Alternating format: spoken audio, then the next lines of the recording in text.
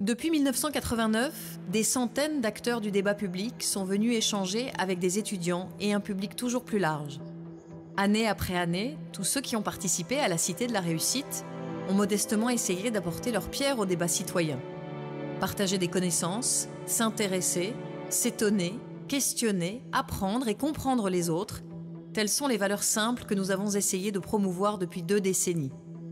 De la philosophie à l'être, de l'économie au développement durable, des fondements et de l'équilibre de nos sociétés, le partage est au cœur de ce qui fonde, construit et fait grandir l'humanité. Cette année, la Cité de la Réussite a décidé d'appeler ses participants à partager.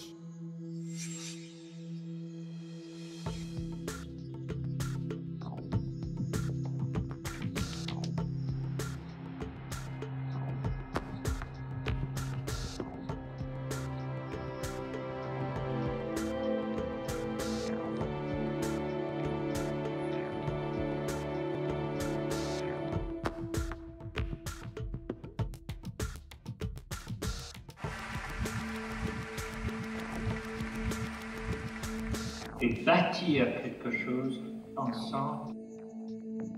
On est engagé parce que vivre, c'est choisir. Ça veut dire prendre des risques. La réussite ou le succès, c'est une succession d'échecs qu'on surmonte, qu'on contourne. Il faut apprendre à apprendre. J'ai un rêve d'élever l'humanité par la danse. Quelle est l'œuvre d'art qui a pu transformer les gens autant que, je ne sais pas quoi, les 35 heures ou la retraite? Si ce n'était plus la solution McDonald's qui triomphait. Manger la même chose, penser la même chose dans tous les domaines, ça c'est le contraire de la cohésion. Cette mondialisation est au contraire une grande source de diversité. Je crois aux intelligences collectives. Je pense qu'on manque plutôt de tolérance, souvent.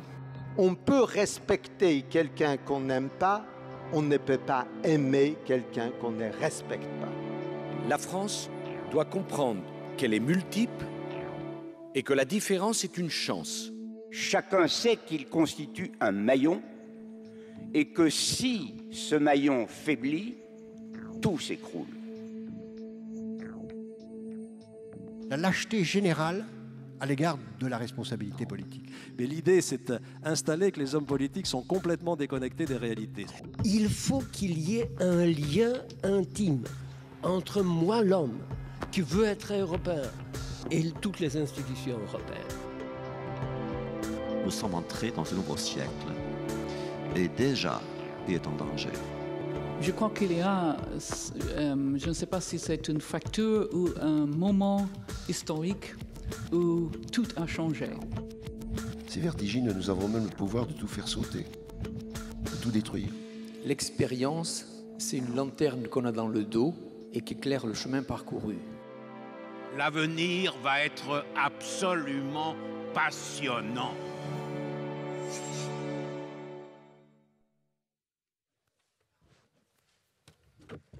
Bonsoir. Bonsoir. Bonsoir à tous.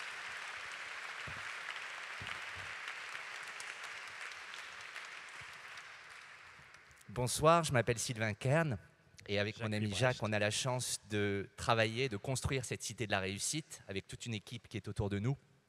Avant toute chose, on voulait vous souhaiter la bienvenue. Bienvenue à la Cité. Vous tous, nos partenaires, nos intervenants, nos modérateurs, le public, vous êtes de plus en plus nombreux à chaque fois. 3 journées, 40 débats, 150 intervenants, 20 000 personnes. Avant toute chose, merci à vous.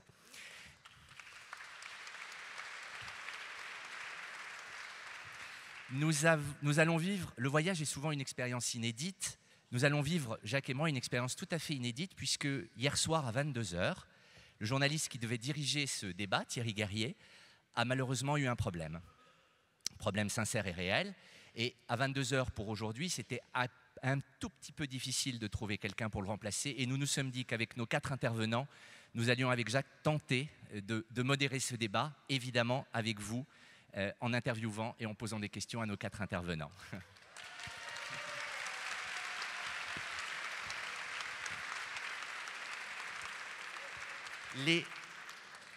Avant que Jacques vous parle du thème et avant qu'on accueille nos intervenants, vous rappelez l'esprit de la cité, le dialogue. Notre thématique est le partage et on va vous proposer pendant 1h30 véritablement, tous ceux qui le voudront, tous ceux qui le pourront, de dialoguer avec nos 4 intervenants. Je laisse Jacques continuer. Voilà, merci Sylvain. Bon, on va essayer de partir. On a 1h30 pour décoller. Hein. On est sur le voyage, sur le partage, sur cette expérience du partage. Alors bien sûr, le thème, vous l'avez probablement vécu pour beaucoup d'entre vous, le voyage, ça nous ouvre des horizons, qu'ils soient intérieurs ou lointains. Il répond à une quête de découverte que nous avons tous. Bon, l'homme a d'abord voyagé, bien évidemment, pour conquérir de nouvelles terres, pour aller au-delà de ces terres, pour satisfaire sa soif de découverte, pour commercer, pour faire la guerre, pour aller à la conquête. Et le voyage s'est transformé dans l'histoire de l'humanité, avec l'arrivée des congés payés, bien évidemment, qui ont transformé le voyage en vacances, le développement du trafic aérien, la mondialisation, et puis maintenant, le voyage illimité au bout du clic, et même le voyage solidaire. Donc le voyage se transforme. Alors bien évidemment, le partage et le voyage, il y a une intime relation. Les questions qu'on va se poser, pourquoi voyage-t-on? Quelle frontière entre le voyage ailleurs et le voyage intérieur? Comment et avec qui partageons-nous ces expériences, ces aventures, ces sensations, ces transformations? Nous avons la chance d'avoir 4 brillants orateurs sur le sujet, des entrepreneurs, mais aussi des hommes. Vous le verrez, vous les connaissez peut-être. Ils ont une épaisseur humaine, humaniste, et ils sont à la fois bien sûr entrepreneurs, mais aussi engagés. On va passer 1h30 avec eux, et bien évidemment, comme vous l'a dit Sylvain, vous avez toute latitude et toute possibilité de leur poser des questions. Alors, je vais commencer par... Et celui qu'on va accueillir est un génie, hein, j'appelle un génie, un redoutable homme d'affaires. Ils sont tous hommes d'affaires, on va leur poser la question d'ailleurs. Fondateur en 1973, après un voyage en Inde, du célèbre, essentiel, indispensable guide du routard, à l'emblème inimitable, l'homme avec son sac à dos, cet homme a voulu nous transporter, dès 1973, nous déraciner, nous faire grandir, pour nous amener à la conquête du monde, à la rencontre de l'autre, au partage de nos cultures et de nos différences. Le routard qu'il a fondé est une boussole, un Graal pour certains, pour tous les routards, bien évidemment, vrai, faux, bobo, que nous sommes tous. Ce monument du voyage fêtera ses 40 ans, il va nous en parler l'année prochaine. Je vous demande d'accueillir Philippe Glohagen.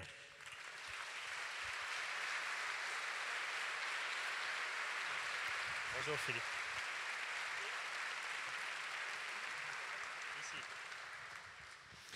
Il est né à Paris le 19 septembre 1962. À 15 ans, sur les conseils de son grand-père, il entre chez les Compagnons du Devoir. Il y obtient les CAP de pâtissier, chocolatier et glacier. En 1979, il s'engage dans les paras et est envoyé au Liban. De retour en France, il est vigile, transporteur de fonds, manutentionnaire à Rungis. Retour vers la cuisine, où au culot, dit-il, il atterrit chez Taïwan, puis il est embauché chez Joël Rebuchon. Et c'est le départ pour le Japon. De retour, les étoiles Michelin vont se succéder dans de nombreux établissements. Cuisiner, dit-il, c'est partager, c'est toucher le cœur des autres. Lorsque nous l'avons croisé, il y a quelques semaines, il nous a dit à quel point le petit garçon de Ménilmontant était fier et heureux d'être ce soir dans le grand amphithéâtre de la Sorbonne. Mesdames et messieurs, Thierry Marx.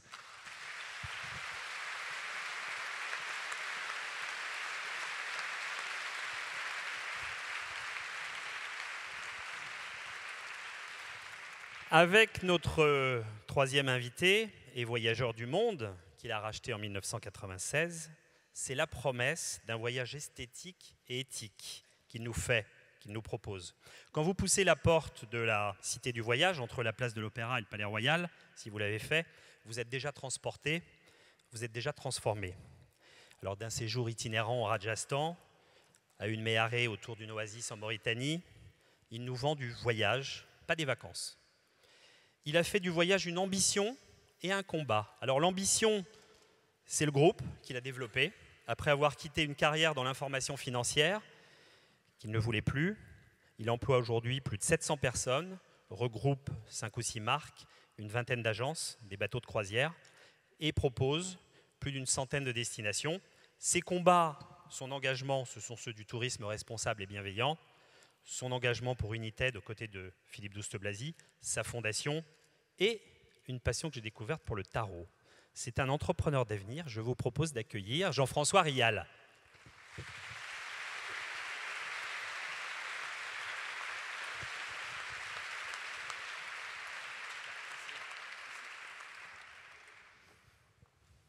Il est né le 24 mai 1946 au Pré-Saint-Gervais.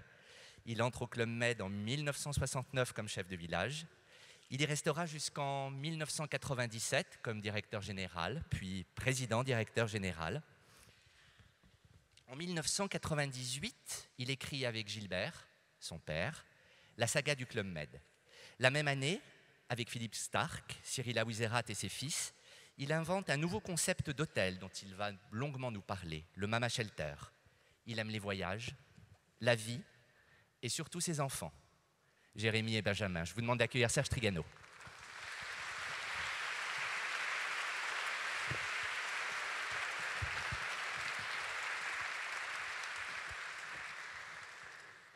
Bien, j'y vais. Bon, alors, nos chers 4 amis invités, je voudrais commencer parce que, comme Sylvain l'a expliqué, on a pris ce débat au pied levé, donc cette nuit on a regardé, on a potassé un petit peu, et puis j'ai relu, rapidement, un bouquin que je vous conseille, Les 1000 lieux qu'il faut avoir vus dans sa vie. Et il y a la citation d'un anonyme qui dit « On ne mesure pas sa vie au nombre des respirations qu'on a prises, mais au nombre des lieux et des moments qui nous ont coupé le souffle. » Alors ma première question s'adresse à tous nos intervenants. Quel est le voyage qui vous a coupé le souffle? Qu'est-ce qui vous a marqué le plus dans tout ce que vous avez vécu, dans tous les voyages que vous avez faits? Allez-y, allez-y. Bon, je commence. Bonsoir. Eh bien, moi, c'est un voyage que je n'ai pas fait. J'avais 8 ans et la meilleure amie de ma mère était infirmière et elle venait d'Agadir.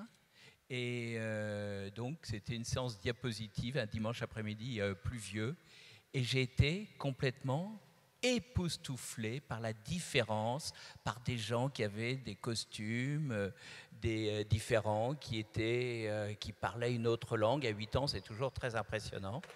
Et surtout, elle me parlait du tremblement d'Agadir qui devait être dans les années 60. Et je sais que le père de notre ami était intervenu auprès du roi du Maroc sur cette affaire-là, puisque le premier Club Med Agadir a été construit juste après le tremblement.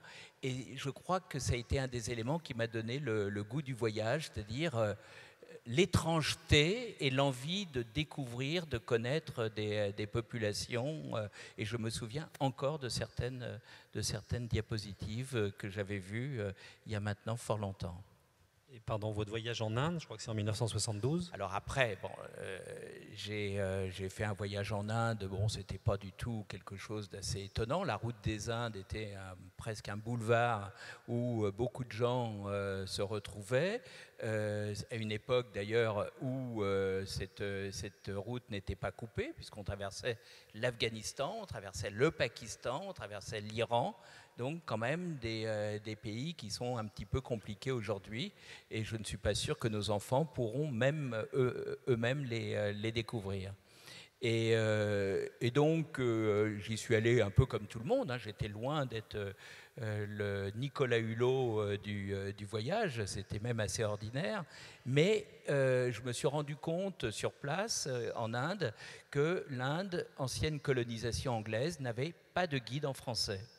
Et donc j'ai pris des notes pour faire des piges dans les journaux. Et le guide de routard a démarré sur cette entrefaite, sur cette idée de donner des petits tuyaux pratiques au départ pour ses copains et ensuite pour plus de monde. Merci. Thierry?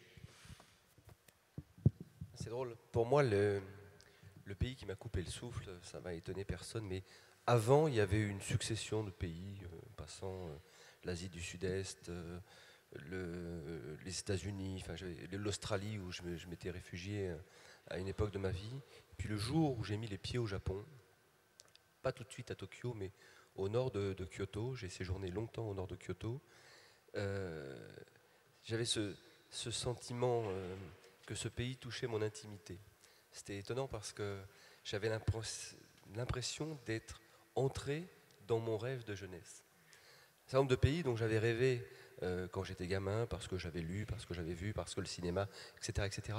Mais le Japon, il y avait une relation déjà fantasmée. J'avais une relation fantasmée adolescent avec le Japon. Et quand j'ai rencontré ce petit village de Kawakami, je me suis dit, je suis en train de rentrer dans mon rêve. Et je ne sais pas, ça a dû tous vous arriver, mais de rentrer dans quelque chose qu'on avait imaginé, idéalisé, parce que très longtemps j'ai idéalisé le Japon, après j'ai compris le fonctionnement du Japon, et ça, c'est, les Américains, c'est le waouh. Vous savez, vous êtes là, vous vous endormez, vous vous réveillez, et vous êtes dans votre rêve, dans ce que vous aviez imaginé. Ça, c'est le grand souffle. Je n'ai jamais revécu cela dans mes voyages. Et pourtant, des contrées, j'en visite beaucoup. Je suis très trek, donc vraiment je vais dans des régions au plus profond de la région où je vis. Mais le Japon, il y avait une relation entre le Japon et la façon que j'avais imaginé le Japon qui a révélé quelque chose en moi. Et qui a même fait basculer un certain nombre de codes de ma vie, de relation à l'autre, de relation à la cuisine, de relation à la transformation des produits, à la pratique du judo, à la pratique du kendo. Tout ça, j'ai découvert un monde que j'avais probablement idéalisé, mais je vivais dans mon rêve. Et ça a duré, parce que je suis presque resté 5 ans au Japon. Et c'est vrai que pendant 2 années, j'étais sur un petit nuage. C'est étonnant, c'est très intime, mais c'est très étonnant. Serge, merci Thierry. Serge. Moi, ce n'est pas un voyage, c'est une série de voyages. À l'époque où je travaillais au Club Méditerranée et où, avec mon père, on allait visiter des sites pour voir les futures implantations du club. Et les gens se posaient des questions, comment ils faisaient, quelles études étaient faites. Et quand on accompagnait Gilbert, on prenait un hélicoptère au-dessus du Cap Skirring, au-dessus de Phuket, au-dessus de Cancun. Gilbert, à un moment, disait, on se pose ici, l'hélicoptère se posait. Il descendait, il remontait son pantalon, il allait dans l'eau, il touchait l'eau, le sable, et il disait, c'est là. Et l'étude s'arrêtait là, et 2 ans après, il y avait un village du club, la construction était assez rapide, et 20 ans après, il y avait des milliers de touristes à Cancun ou ailleurs. Et c'était des émotions assez exceptionnelles, du décalage entre comment ils font leurs études, et puis un homme qui se disait, j'ai envie de partager un moment de bonheur sur ce lieu-là, c'est donc là que j'aimerais passer mes vacances, et c'est là que je fais un club. Merci. Jean-François. C'est vachement dur comme question, parce que moi j'ai bien vu 4 ou 5 moments que je qualifie d'exceptionnels, dans le sens où vous êtes tellement choqué émotionnellement par ce que vous vivez que vous en profitez plusieurs minutes, plusieurs heures. C'est des moments rares, ça. J'espère que ça vous arrivera tous, ou que ça vous est arrivé. Je vais en retenir un parce qu'il a changé ma vie. C'est le Sahara algérien. Je ne travaillais pas dans le voyage. Je suis parti tout seul de Paris avec ma voiture. J'ai pris le bateau. Je suis parti un peu plus d'1 mois. Alors il y avait toute la dimension du voyage lent, long, progressif, en individuel complet, surtout pas avec une agence de voyage que je représente aujourd'hui. Mais j'ai vécu un voyage époustouflant à tous les niveaux et qui a changé ma vie et qui a façonné ma façon de construire mon entreprise. Parce qu'il y avait d'abord une dimension esthétique époustouflante. C'est-à-dire que le Sahara algérien est un des plus beaux endroits au monde sur le plan purement esthétique. Je me souviens d'une piste entre Amguide et Janet que j'ai faite, qui a duré 3 jours, où chaque instant, chaque moment était un émerveillement absolu. C'est exceptionnel. C'est aussi le Sahara, le désert, c'est une terre vierge, c'est une terre pure, c'est une terre où on a l'impression qu'on est dans les entrailles de la terre, donc on est vraiment dans le fin fond de ce qu'on peut découvrir de la terre, quoi, au plus profond. Et puis on vit un voyage intérieur permanent. Alors là, peut-être qu'on parlera de ça tout à l'heure, mais vous êtes confronté à vous-même, Du coup, le voyage n'est plus dans l'espace et dans le temps, mais il est à l'intérieur de vous, parce que c'est des endroits qui sont propices, en tout cas pour moi, à ça.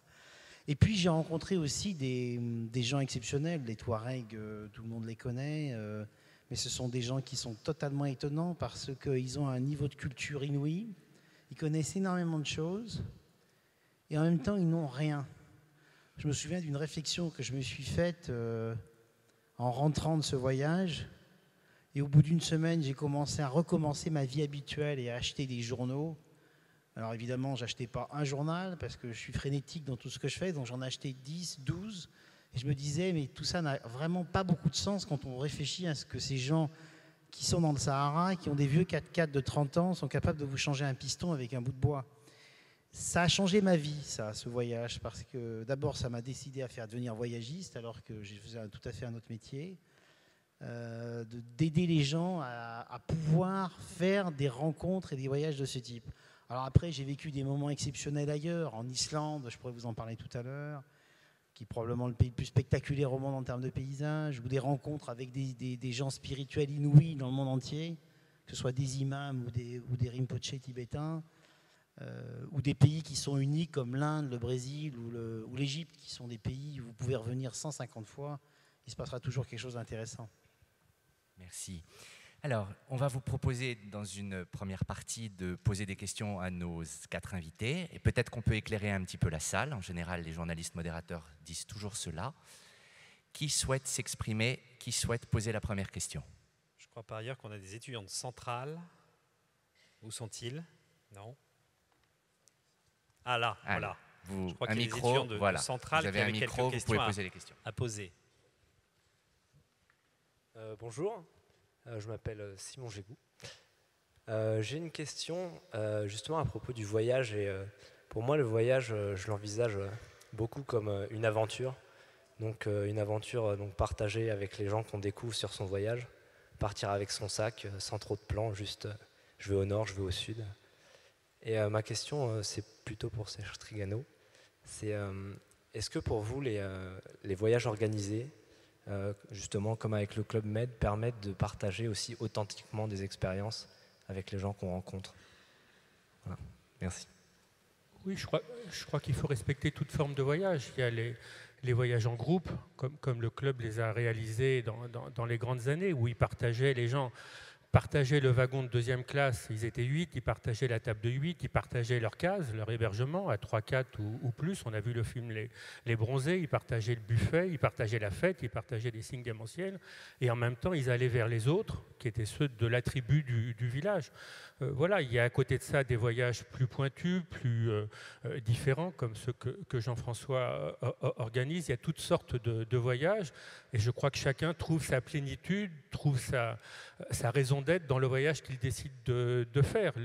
Sachant que les voyages organisés sont en train de changer avec les modes de consommation qui changent aujourd'hui, qu'il n'y a plus la formule classique des 8 jours comme on l'a vécu à une époque où pour partir à Agadir, il fallait partir le jeudi matin à 6 h à Orly. Tout ça est terminé. Aujourd'hui, les gens, très souvent, ou ont quelques voyages organisés avec des tours opérateurs pointus, ou se prennent la première nuit, prennent le billet d'avion au meilleur prix à la dernière minute, prennent une nuit d'hôtel et après organisent. Voilà. Donc chacun d'entre nous, en fonction de ce qu'il cherche dans le voyage, de découvrir un pays ou de découvrir des amis, ou de redécouvrir sa femme, ou de découvrir ses enfants, ou de faire du sport.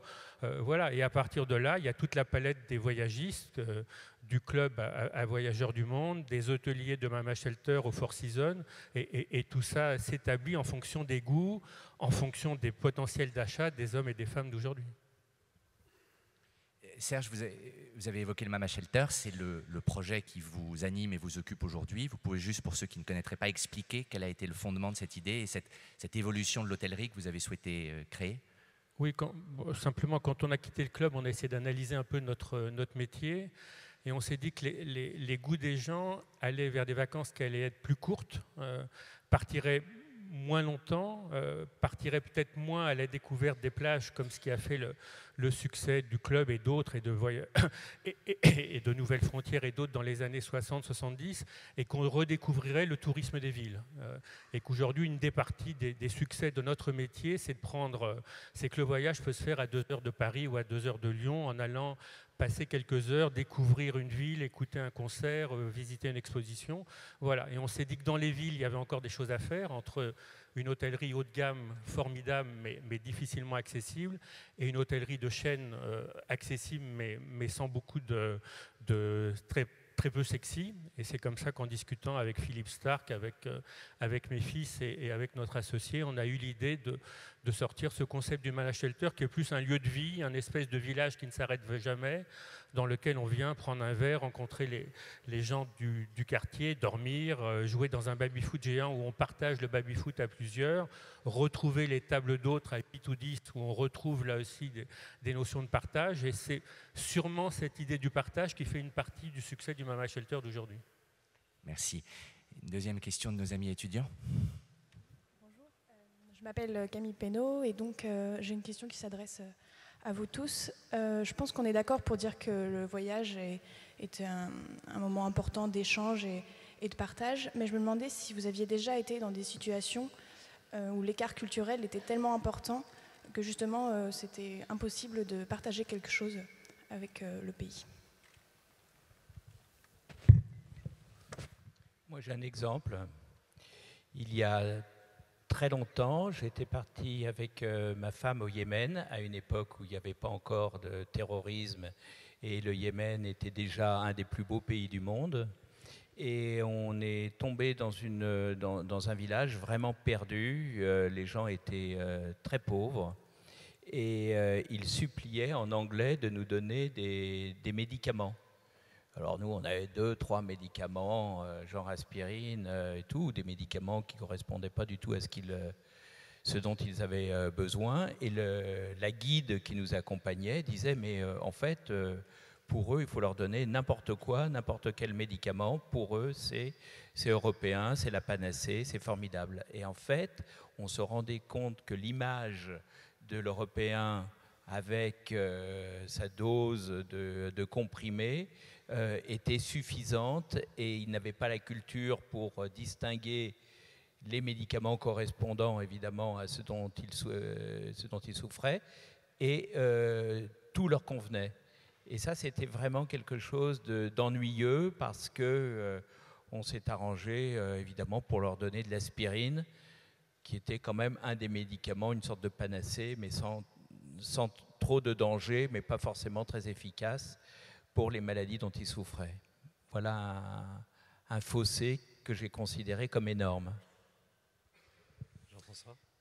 Je vais vous donner 2 exemples et qui m'ont donné une leçon de ce que j'en ai tiré dans mon métier. C'est quand vous vous retrouvez à visiter des soi-disant villages ethniques. Il n'y a rien de plus insupportable dans ce métier que de visiter des villages ethniques. Alors, ça m'est arrivé quelques fois. Une fois au Brésil, en Amazonie, organisé par les plus grandes autorités touristiques du pays, qui nous ont emmenés dans un village folklorique absolument insupportable, où on n'avait, nous, rien à faire. C'est-à-dire que moi, je considère que d'une façon générale, ces villages, s'ils sont authentiques, il est urgent de ne pas aller les visiter, sauf si on est Lévi-Strauss. Et si ils sont tout le temps visités, c'est qu'on est dans du folklore insupportable. J'ai vécu la même chose aussi au Guizhou, en Chine, où soi-disant on nous emmenait visiter des villages très reculés, de minorités ethniques, certes très rarement visités par des touristes, où on se retrouvait avec des gens tout habillés en costume quand on arrivait, alors que dès qu'on repartait, il n'y avait plus de costume. Tout ça est absolument insupportable. Je pense que c'est le prototype d'échange qui n'existe pas et d'écart culturel qui n'a aucun intérêt. Donc moi j'en ai tiré une leçon, en tout cas chez nous, c'est que j'essaye au maximum d'interdire à toutes mes équipes de programmer ça. J'ai du mal, hein. Thierry ? Non, c'est très juste, j'adore entendre ça, parce que c'est vrai que c'est insupportable. Non, je crois quand on part dans l'idée du voyage, quand on ose le voyage, peu importe la distance qu'on va réaliser, c'est de trouver en soi la capacité à s'adapter très vite à toutes les situations. J'ai souvent, et très souvent même, voyagé avec peu de moyens, et ce qui m'a enrichi, je dirais entre guillemets intellectuellement, c'est cette capacité à s'intégrer très très très vite. Quand j'ai commencé à voyager, je parlais les 10 mots d'anglais, et malgré ça, je traversais assez facilement toute la planète. Mais il faut avoir cette capacité à pouvoir s'intégrer très rapidement à observer les choses et puis se fondre un petit peu. Pour moi, c'est ça l'aventure du voyage. Mais ça a commencé très tôt pour moi. Moi, j'ai commencé à voyager, j'avais 15 ans. Et grâce aux Compagnons du Devoir, d'ailleurs, parce que je n'étais pas sorti de ma cité HLM, et j'ai découvert le monde rural en France par le biais de ma formation chez les Compagnons du Devoir. Et ça a été un voyage extrêmement enrichissant. Et quand on voyage chez les Compagnons du Devoir, on voyage avec sa boîte à outils, sa canne de compagnon si on est compagnon, ça n'a pas changé ça. Et puis on est reçu dans ce qu'on appelle des cayennes en France, des maisons de compagnons. Et effectivement, comme un peu le Lama Shelter, on partage tout. On partage son salaire, on partage sa chambre, on partage ses émotions, on partage son envie de progresser. Et ça a été mes premières émotions au voyage. Je crois que ce que je dois aux Compagnons du Devoir, entre autres ma formation professionnelle, c'est aussi cette capacité à avoir cette ouverture d'esprit pour ne pas juger et entrer tout de suite dans l'univers qui vous est proposé quand vous vous déplacez. Et croyez-moi, le peu de déplacements qu'il y a eu quand je suis rentré entre ma cité à Champigny-sur-Marne, la place Saint-Gervais à Paris, la maison des Compagnons et ensuite la maison des Compagnons des Devoirs Unis et ensuite que je suis parti sur Montauban. Moi, j'imagine même pas ce qu'était Montauban. Et les alentours de Montauban, j'ai découvert des boulangers, j'ai découvert tout un tas de métiers, une ruralité. Tout ça, ça m'a enrichi. Et à chaque fois que j'ai eu à voyager ensuite dans le monde,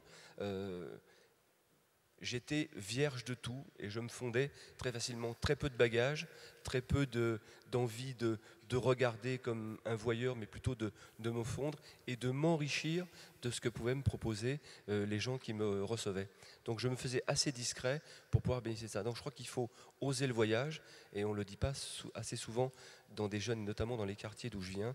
Oser le voyage, si ce n'est de sortir de votre cage d'escalier, sortez de la cité, osez venir dans une grande ville, osez bouger en France, et puis découvrez, ouvrez-vous, mais ne vous refermez pas sur vous-même. Et l'idée du voyage, pour moi, c'est ça. Et à chaque fois que j'ai eu à traverser la planète, et je le fais encore très souvent, c'est ce qui m'anime. Peu de bagages et surtout me fondre, ce plaisir de rentrer en contact avec les autres et de pouvoir tirer un petit peu un échange intellectuel intéressant.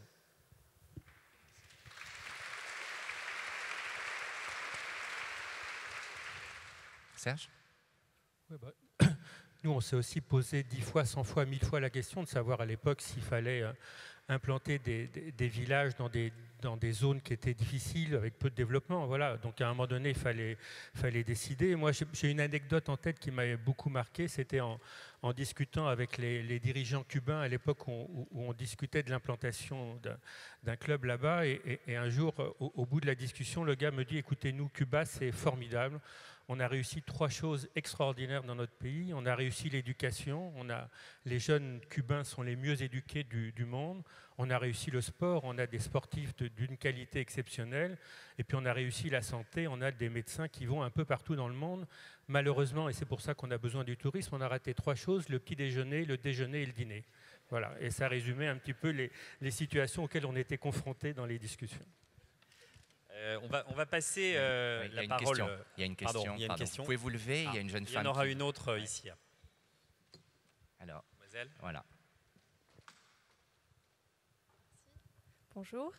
Alors vous, voyagistes, guides du routard et autres types de guides, vous permettez un partage de l'information qui est absolument gigantesque sur tout le voyage aujourd'hui, ce qui permet aussi une accessibilité qui est incroyable et qui n'a jamais été en fait égalée avant. Mais aussi le voyage, c'est le rêve, en tout cas pour moi. Est-ce que vous pensez que tout cela permet encore de laisser une place au rêve dans le voyage ? Et je m'adresse à vous tous. Je peux commencer. Pour moi, en ce qui concerne le guide du routard, ça n'a jamais rien enlevé au rêve. Vous lisez dans le guide du routard le texte sur le Machu Picchu. Il est peut-être bien écrit, je ne sais pas. En tout cas, c'est vraiment mieux de le voir par soi-même. La deuxième chose, en fait, je pense que les guides, les tour opérateurs ont fait quasiment un métier similaire, à savoir que nous sommes d'abord des garde-fous. Il n'est jamais interdit chez un tour opérateur ou en lisant n'importe quel ouvrage de sortir la première à gauche par la route qui n'est pas indiquée. Et je pense que c'est plus un état d'esprit. Il y a quelques règles.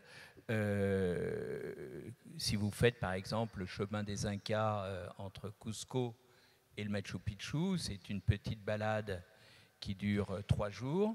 Il y a une zone moyennement difficile, assez accessible. Il y a une zone près d'un village où il y a pas mal de vols. Alors si vous dormez dans ce coin-là la nuit, eh bien vous perdez tout et vous n'avez même plus de pull pour le lendemain. Le propre du guide du routard, c'est de dire, si vous voulez dormir, allez l'étape suivante qui est à 1h30, vous serez beaucoup plus tranquille. Et c'est des petites choses qui peut rendre le voyage juste un petit peu plus agréable. Mais je pense que ce soit un tour opérateur, que ce soit un guide, ça n'enlève jamais la capacité d'étonnement. Parce que l'étonnement, même dans des villes ultra fréquentées, ultra bondées comme New York, vous pouvez avoir un étonnement absolument fabuleux. Je crois que c'est une affaire qui est très personnelle et qui n'a pas tellement grand-chose avec l'information que vous pouvez lire ou pas. Et je vous dirais qu'un guide a un énorme avantage, c'est qu'il peut s'ouvrir, mais surtout, il peut se fermer quand on veut. François.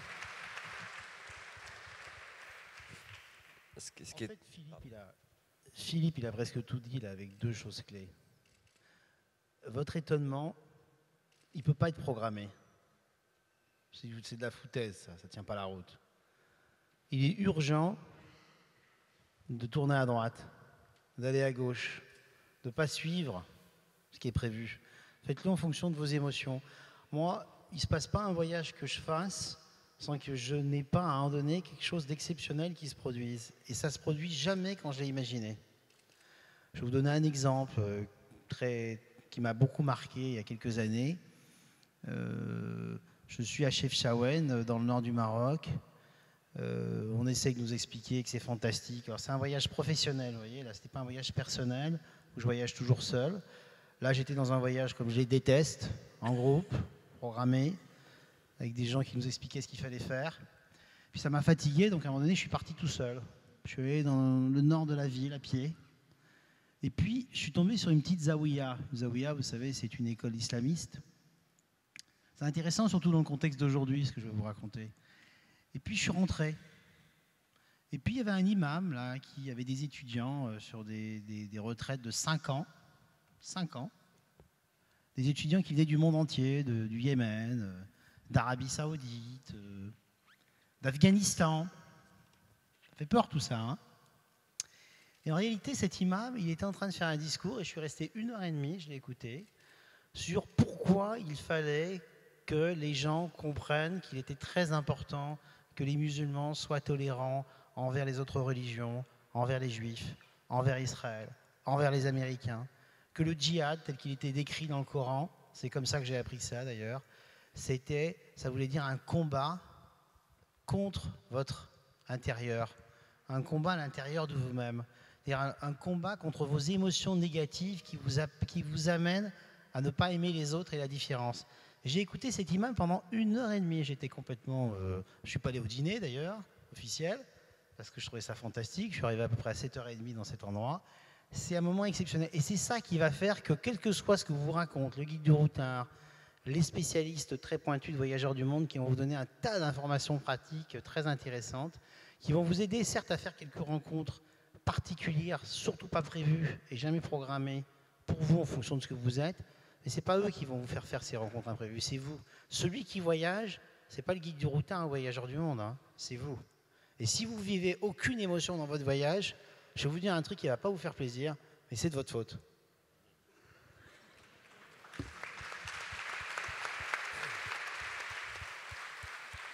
Une autre, Thierry, vous vouliez répondre à la question? Non, mais pour faire court, mais sur la question du rêve, c'est vrai que le voyage part d'abord du rêve. Enfin, pour mon cas, moi j'avais imaginé Tintin et Milou, enfin, en fait, tout ce que j'avais pu lire étant gamin, le cinéma, tout ça. Et je me disais dans mon quartier, il va falloir que je voyage. C'était pour moi, j'idéalisais les pays, j'ai les grandes villes, les États-Unis, enfin, tout ça, je l'ai idéalisé. Et c'est vrai qu'ensuite, comme on l'a évoqué tout à l'heure, il faut s'ouvrir au voyage et à l'imprévu. C'est l'imprévu qui vous nourrit. Si vous codifiez en permanence tout ce que vous allez vouloir faire dans un voyage, c'est compliqué. Mais en même temps, vous avez besoin par moment de support. Moi, quand j'avais le guide du routard, je cherchais les guest house les moins chers pour aller me loger au nord de la Thaïlande ou sur la frontière de la Birmanie à l'époque. Bon, ben voilà, on trouvait ça avec ces guides, c'était une aide précieuse, mais en même temps, c'est l'imprévu qui, en plus, alors c'est drôle, mais tous les guides que j'ai utilisés dans mes voyages, je crois que je les ai annotés et gardés ou prêtés à des gens qui voyageaient. Et puis finalement, ils rajoutaient, je voyais que les gens à qui j'avais prêté le guide avaient corné, surligné quelque chose, rajouté quelque chose.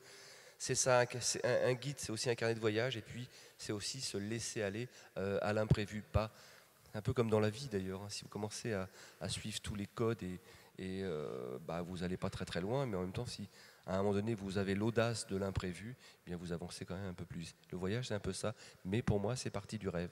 Et je crois que pour beaucoup de gens, un voyage, ça part d'abord de quelque chose qu'on a un petit peu idéalisé. Serge ? Oui, ce qui a changé la donne dans notre métier, c'est Internet. Ce qui a considérablement changé les choses, c'est vrai qu'on est 1000 fois mieux informés aujourd'hui que les opérateurs, les hôteliers comme nous. On ne peut plus mentir, ce qui est un peu dommage, puisqu'on sait en permanence quelle est la réalité des choses. On sait s'il fait beau, s'il neige, s'il pleut, s'il y a un autre hôtel à côté de vous qui est moins cher, quel est le restaurant. Donc on peut bâtir son voyage, on peut être mieux informé avec les guides, avec TripAdvisor, qui est un truc redoutable, qui tous les matins vous juge en bien ou en mal. Mais à partir de là, on fabrique notre voyage, et à partir de là, bien informé, on arrive dans un hôtel, dans un riad, sur un bateau en Égypte, et on vit sa propre émotion. Simplement, on peut la bâtir un peu plus intelligemment qu'on ne pouvait le faire il y a 20 ou 30 ans, et on peut, à partir de là, vivre la découverte, le partage, l'envie de voir d'autres choses, avec une base d'information 1000 fois meilleure que ce qui existait il y a ne serait-ce que 10, 15 ou 20 ans. Alors je crois, oui. Une ou deux questions. Bon, d'abord, Jacques et Sylvain, je voulais vous féliciter parce que ça doit être tweeté beaucoup dans les chaînes de télévision. Vous faites une paire remarquable pour animer les débats, donc bravo, merci. Je voulais aussi remercier Philippe Cohagen d'avoir eu l'idée de traduire le guide, de traduire des guides en français, parce que je suis parti en Inde à 18 ans et ça m'a rendu de fiers services. J'ai une question concernant la rencontre, parce que le voyage, c'est une source de rencontres extraordinaire. Et moi, j'aimerais simplement vous poser une question. Est-ce que vous pourriez nous faire partager une rencontre qui vous a particulièrement marqué dans votre vie lors d'un voyage? Et j'ai une question plus précise pour Thierry Marx. Vous avez récemment inauguré la première promotion d'élèves qui sont aujourd'hui commis dans la restauration. Est-ce que vous avez le projet de les faire voyager, sachant que les voyages forment la jeunesse? Et déforment les valises, comme disait Coluche. Non, c'est vrai que ma formation, je l'ai évoqué, a été chez les Compagnons du Devoir. Et c'est vrai que pour moi, ces écoles que nous ouvrons, qui s'appellent Cuisine Mode d'Emploi, on essaye de former rapidement des jeunes gens qui sont, par moments, se sont trompés un petit peu de route. Eh bien, quand ils s'intéressent au métier de la restauration, nous les formons, 80 gestes de base, 80 recettes à apprendre, ils passent un CQP, ensuite ils ont la possibilité d'entrer dans le style de restauration qu'ils souhaitent, et immédiatement nous les initions à l'anglais. Donc nous avons un partenariat avec une école du Bronx, où un professeur américain vient donner des cours de cuisine en anglais pour que ces jeunes gens, et les moins jeunes des fois, comprennent que l'anglais va être une clé sur le monde. Alors oui, on essaie de les faire voyager pour deux raisons, pour leur épanouissement personnel, et puis aussi pour continuer à véhiculer le savoir-faire français, tout ce qui fait le rayonnement planétaire de cette gastronomie française. Donc voilà pourquoi à Cuisine Mode d'Emploi, on insiste beaucoup sur le voyage. Mais ce que je dis souvent à ces jeunes personnes que je rencontre, je leur dis, mais osez sortir du quartier, osez sortir de la cage d'escalier. Ça, c'est important. Vous n'imaginez pas, on parle tous de voyages très lointains ici, puis avec un peu de budget, mais imaginez-vous que pour certains gamins dont je m'occupe, qui sont dans des cités que vous dites sensibles aujourd'hui, eh bien le fait de sortir de cette cité les terrorise. Ça les terrorise. Alors ils ont l'air de montrer les biscottos comme ça, mais dites-leur de prendre un sac à dos, de traverser la France, ça devient déjà très compliqué. Donc il faut les initier très tôt au voyage sans avoir à revenir sur ses pas. Ça, c'est une initiation que je donne bien volontiers à ces jeunes gens que je rencontre, parce que le voyage va vous construire. Le voyage vous fera faire, si vous prenez la posture, des rencontres constructives. Et c'est cela dont nous avons besoin en tant qu'être humain, c'est de rencontrer l'autre, mais de ne pas avoir forcément peur de l'autre. Ça, je me crois que c'est extrêmement important. Et effectivement, quand on a la chance, comme sur ce plateau, de voyager beaucoup, de rencontrer beaucoup de monde, ça nous a quelque part construit. Et ça, je crois qu'il faut l'initier pour des gens qui n'en ont pas tout de suite l'accessibilité. Merci. Sur la rencontre de l'autre par rapport à la question. C'est encore compliqué comme question, c'est comme le voyage qui vous a marqué. Je vais en retenir une parce qu'elle a aussi changé ma vie et ma façon de regarder les choses. Un voyage en Inde et au Népal, je dors à Katmandou dans une auberge au milieu du quartier tibétain, à Botna pour ceux qui connaissent.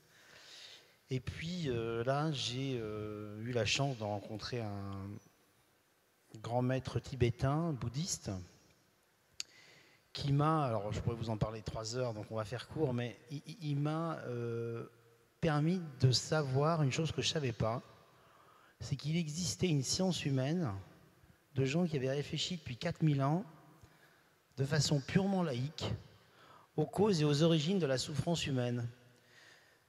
Cette école, c'est l'école du bouddhisme tibétain. Ils ont écrit des livres extraordinaires sur ce sujet. Alors on peut ne pas adhérer du tout à la partie religieuse, mais à la limite, ce n'est pas très important. Ce qui est important, c'est qu'il y a des gens qui ont réfléchi à ça de façon extraordinaire.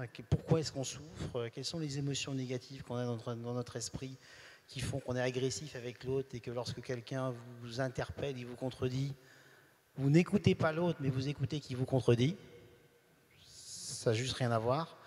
Et ça génère beaucoup de souffrance tous les jours, dans votre famille, dans votre entreprise, avec vos salariés, avec vos enfants. Et donc ces gens, cette rencontre, elle m'a permis d'apprendre des choses extraordinaires et depuis j'apprends tous les jours là-dessus. Voilà. Et c'est le voyage qui m'a permis ça. Serge? Moi, j'ai eu la chance, le privilège de faire des tas de rencontres dans le métier que je fais, dans celui que j'ai fait. Peut-être une des plus belles rencontres, c'était à Agadir, pendant le ramadan, me retrouver le soir à la cantine du personnel en train de casser le jeûne et de manger la rira avec le personnel qu'on croise furtivement pendant toute la journée, qui à un moment donné, en fin de journée, se racontent leur famille, racontent leur joie, leurs angoisses, le plaisir qu'ils ont à travailler ou les difficultés. Et d'un seul coup, de se retrouver avec des hommes, des femmes qui racontent leur vraie vie, qui ne sont pas uniquement le gars qui vous nettoie la chambre ou qui range qui range le restaurant. Et c'est la rencontre vraie. Et ça a un peu marqué la façon de travailler avec le personnel, à la fois dans l'époque du club et aujourd'hui dans le Mama Shelter, de se retrouver confronté à une culture différente, avec des gens qui vous racontaient leur vie, un peu comme à l'image de l'imam que Jean-François a rencontré, et de découvrir une culture que je connaissais relativement assez mal, et ça a été une des belles rencontres de ma vie. Philippe? Eh bien, moi, je me souviens de mon premier voyage en Inde, justement par la route, 72, j'avais une vingtaine d'années. Et mon rêve intérieur, c'était d'aller jusqu'à Pondichéry, ex-protectorat français. Il y avait une ashram très célèbre qui s'appelait Sri Aurobindo et qui était dirigée par sa femme. Sri Aurobindo était décédé. Et sa femme, qui était française d'ailleurs, et qu'on appelait la mère. Alors la mère, c'était à cette époque quelqu'un de considérable, puisqu'elle avait créé cette ville utopique qu'on appelait Auroville. Et il y avait eu des reportages, je me souviens, même El Kabash avait fait un reportage dans les années 70 dans le Nouvel Observateur, et c'était un de mes itinéraires un peu intime et personnelle non pas de rencontrer la mère, parce qu'elle elle apparaissait très rarement. On disait qu'elle apparaissait un quart d'heure assez fidèle une fois par mois, donc je n'avais aucune chance de la rencontrer, mais au moins de visiter cet ashram, parce qu'à 20 ans, on est toujours en réflexion, un petit peu comme Jean-François à Katmandou, chercher quelque chose, une réponse à des questionnements qu'on n'a pas forcément en Europe ou dans nos religions traditionnelles. Et le hasard, moi qui ne gagne jamais au tiercé, eh bien, je suis tombé le jour, le quart d'heure, où la mère est apparue à son public sur un petit balcon. Elle a entrouvert ses volets et il y avait une foule absolument immense qui était là. Et ce qui m'a un tout petit peu surpris, c'est que à ce moment-là, pour l'observer, l'entrée était payante. Je reviens à la question de mademoiselle sur le rêve. J'étais content d'avoir le rêve, j'étais déçu de voir la réalité.